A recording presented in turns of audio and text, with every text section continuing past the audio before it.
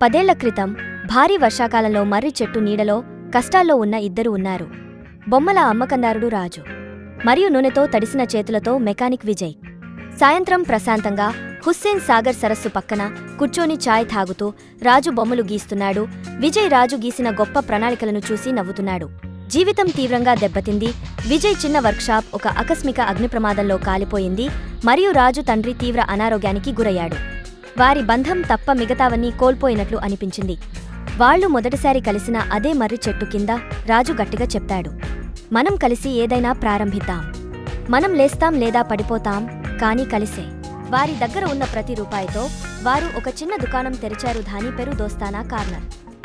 ప్రకాశవంతమైన చేతితో తయారు చేసిన బొమ్మలతో ఒకటి మరొకటి విజయ్ పనిముట్లతో హం చేస్తూ ఉంటుంది. రాజు తిరిగే బొమ్మ బైక్ తయారు చేసినప్పుడు విజయ్ కళ్ళు గర్వంతో మెరిశాయి. విజయ్ పాత స్కూటర్ రిపేర్ చేసినప్పుడు రాజు వేడుకలో వేడి వేడి సమోసాలు తెచ్చాడు.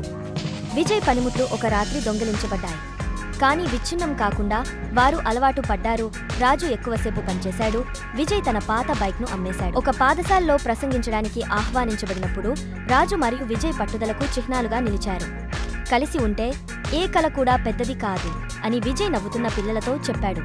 2025 నాటికి దోస్తానా కార్నర్ బాగా అభివృద్ధి చెందింది. రాజు మరియు విజయ్ ఇప్పటికీ అదే దుస్తులలోనే ఉన్నారు, కానీ ఇప్పుడు ప్రకాశవంతమైన ముఖాలతో వారి రెండవ అవుట్లెట్ను ప్లాన్ చేసుకున్నారు.